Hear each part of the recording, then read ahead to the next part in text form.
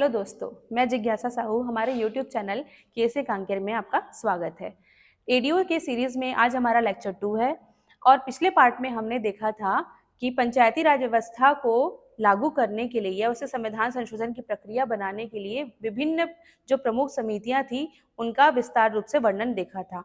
और आखिरी जो हमारी समिति थी जो 1988 में गठित की गई थी, गाडगिल समिति, उनकी अनुशंसाओं को आधार बनाकर आगे का संवैधानिक प्रावधान करने की बात कही गई थी। लेकिन और उसके बाद वीपी सिंह की सरकार बनी, उसके बाद चंद्रशेखर की सरकार बनी, लेकिन दोनों सरकार ही कुछ समय के लिए ही रही। इस वजह से इससे संबंधित कोई संवैधानिक प्रावधान हमें दिखाई नहीं देता। अब देखेंगे हम डायरेक्टली 1991 में पीवी नरसिम्हा राव की सरकार बनी, जिन्होंने संवैधानिक प्रक्रिया को जोर देते हुए पंचायती राज व्यवस्था को एक संवैधानिक प्रावधान के रूप में दिखाया। लेकिन उससे पहले हम एक चीज देखें कि ये संवैधानिक संशोधन होते क्या है या संविधान संशोधन क्या होते हैं। तो देखो, संविधान संशोधन की प्रक्रिया जो मूलतः होती है वो होती है संसद की। अब बोलोगे कि आप संसद क्या है, तो संसद 3 लोगों से मिलकर बनता है, राष्ट्रपति, लोकसभा, राज्यसभा। ठीक। अब यदि हम किसी प्रस्ताव को अधिनियम बनाना चाहते हैं तो उसके लिए हमें इस संसद में उसे पास करना पड़ेगा, और जब तक वह संसद से पास नहीं हो जाता तब तक वह प्रस्ताव या विधेयक कहलाता है। तो संविधान संशोधन एक विधेयक के रूप में संसद में पेश होती है। तो यह संसद के किसी भी सदन, इसे 2 सदन कहा जाता है, लोकसभा एवं राज्यसभा को, तो संसद के किसी भी सदन में पेश किया जा सकता है। और यदि राज्यसभा में आया तो राज्यसभा के बाद वह लोकसभा में जाएगा, और यदि लोकसभा में पहले आया तो वो लोकसभा के बाद राज्यसभा में जाएगा। अर्थात दोनों सदन में, लोकसभा एवं राज्यसभा में, उस प्रस्ताव का पारित होना अनिवार्य है, वो भी पूर्ण बहुमत के साथ। इन दोनों के पास होने के बाद अंत में यह राष्ट्रपति के पास अनुमोदित होने या हस्ताक्षर होने जाता है। इस प्रकार यह संविधान संशोधन की प्रक्रिया होती है। अब वैसे ही किसी भी विधेयक को अधिनियम बनाने के लिए संविधान संशोधन की प्रक्रिया होती है। तो आई होप कि आप लोगों को समझ में आ गया होगा कि ये संविधान संशोधन की प्रक्रिया क्या होती है।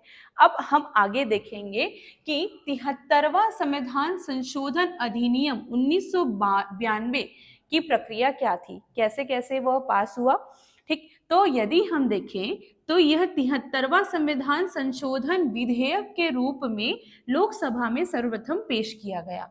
अब लोकसभा में पेश करने के बाद यह लोकसभा से 22 दिसंबर 1992 को पास हो गया। अब लोकसभा में पास होने के बाद ये कहाँ गया? राज्यसभा में। अब राज्यसभा में यह पारित हुआ 23 दिसंबर 1992 को। अब ये दोनों सदन से पास हो गया। अब डेफिनेटली इसके अकॉर्डिंग क्या होगा, अब इसके पास राष्ट्रपति के पास हस्ताक्षर होने जाएगा। तो इस प्रकार राष्ट्रपति द्वारा हस्ताक्षर 20 अप्रैल 1993 को हुआ।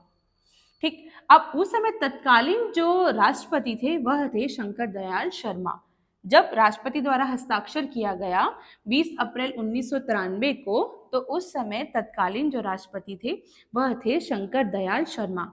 और यदि देखें तो उस समय देश के प्रधानमंत्री थे पीवी नरसिम्हा राव। इनकी सरकार बनी 1991 को। यह राष्ट्रपति द्वारा पास तो हो गया, हस्ताक्षर तो हो गया, लेकिन संपूर्ण देश में लागू हुआ है ये 24 अप्रैल 1993 को। अब 24 अप्रैल 1993 को इसी की याद में पंचायती राज दिवस प्रतिवर्ष मनाया जाता है। अब संविधान संशोधन हो गया। संविधान संशोधन का नाम है 73वां संविधान संशोधन अधिनियम 1992। ठीक, लेकिन यह संशोधन पूर्णतः पारित हुआ है 1993 में। अब यह अधिनियम एक्चुअल में बना कब? 24 अप्रैल 1993 को। ठीक, अब यह अधिनियम पूर्णतः बनने के बाद इसे राज्य सूची के विषय के अंतर्गत डाल दिया गया। अब आपसे फिर एक क्वेश्चन आएगा कि ये सूची क्या होता है, तो हम आगे देखते हैं कि यह सूची क्या होता है।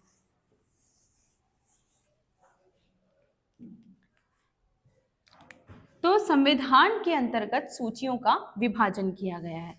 हमारे पास 3 सूची है। पहला है राज्य सूची,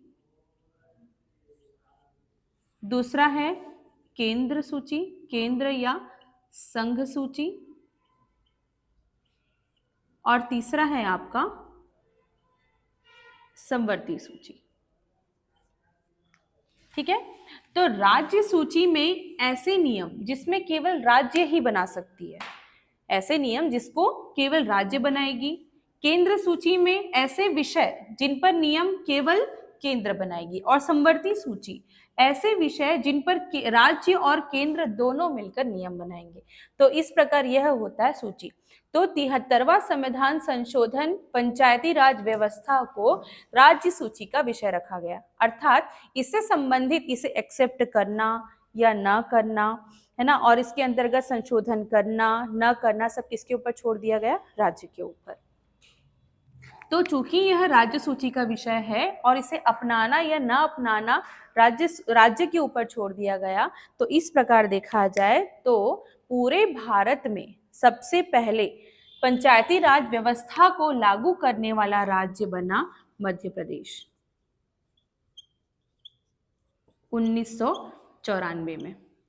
ठीक, तो 1994 में 73वां संविधान संशोधन अधिनियम पारित करना या लागू करने वाला पहला राज्य बना मध्य प्रदेश। लेकिन यदि क्वेश्चन करता है कि पंचायती राज त्रिस्तरीय पंचायती राज व्यवस्था लागू करने वाला पहला राज्य कौन सा बना, तो उसका आंसर आएगा राजस्थान। राजस्थान का नागौर जिला, जो पायलट प्रोजेक्ट के रूप में चलाया गया था 1959 में। तो आप पढ़े होंगे इसके पहले वाली क्लास में। तो इस प्रकार हम देखेंगे कि क्या मध्य प्रदेश पहला राज्य बना जिन्होंने पंचायती राज व्यवस्था को लागू किया। तो हमने देखा कि संविधान में संशोधन की प्रक्रिया कैसे हुई, लेकिन हम अब देखेंगे कि संविधान में कहाँ पर पंचायती राज व्यवस्था को स्थान दिया गया।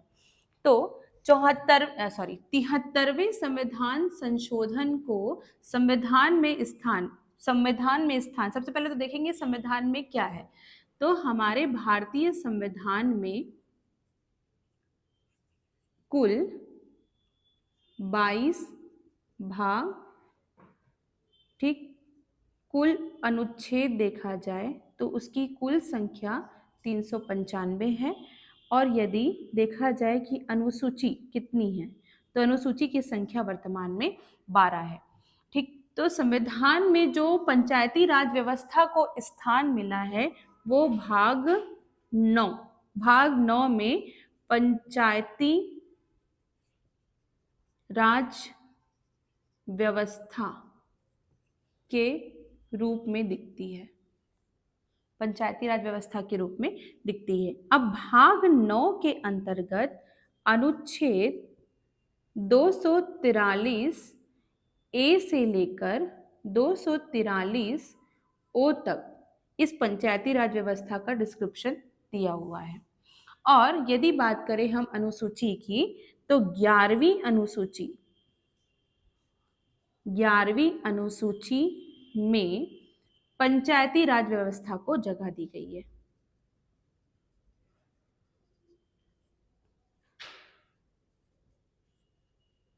इस प्रकार यह संवैधानिक प्रावधान है। और यदि हम बात करें कि इससे संबंधित विषय जो राज्य सूची को दिए गए हैं, तो राज्य सूची को 29 विषय दिए गए हैं। ठीक है, 29 विषय दिए गए हैं जिससे संबंधित कानून पंचायती राज व्यवस्था के अंतर्गत वो राज्य या उससे संबंधित राज्य बना सकती है। अब इसके बाद हम देखेंगे कि 29 विषय क्या क्या है। तो अगला जो हमारा टॉपिक होगा वह होगा कुल अनुच्छेद का डिटेल, एक एक अनुच्छेद में क्या है हम ये देखेंगे और इसी के आधार पर हम कंटिन्यू पढ़ेंगे। इसके अलावा देखेंगे हम 29 विषय क्या क्या है। 29 विषय से संबंधित भी क्वेश्चंस बनते हैं पीएससी में, जैसे पूछ दिया कि निम्न में से कौन सा विषय पंचायती राज व्यवस्था का है या नहीं है। इस प्रकार हमने 73वां संविधान संशोधन के पारित होने की या अधिनियम पारित होने की प्रक्रिया देखी, कैसे वह लोकसभा राज्यसभा में पारित हुआ। अब हम देखेंगे कि किन किन राज्यों या केंद्र शासित प्रदेशों ने पंचायती राज व्यवस्था को एक्सेप्ट नहीं किया है। यदि हम केंद्र शासित प्रदेश की बात करें तो जम्मू कश्मीर और दिल्ली, इन दोनों ने पंचायती राज व्यवस्था लागू नहीं किया है। और जबकि जब हम देखें राज्यों की बात करें तो नागालैंड, मिजोरम और मेघालय, इन तीनों राज्यों ने अभी तक पंचायती राज व्यवस्था को लागू नहीं किया है। और यह दोनों 6वीं अनुसूची के राज्य हैं। अब आप कमेंट करके बताइए कि ये 6वीं अनुसूची क्या है, ठीक, और इसके अंतर्गत कौन कौन से राज्य आते हैं। तो इस प्रकार 73वां संविधान संशोधन अधिनियम की संवैधानिक प्रक्रिया समाप्त होती है। अब अगली क्लास में हम इससे संबंधित और अनेक विषय या टॉपिक्स देखेंगे। तो बनिए रहे हमारे YouTube चैनल कांकेर के साथ। Thank you.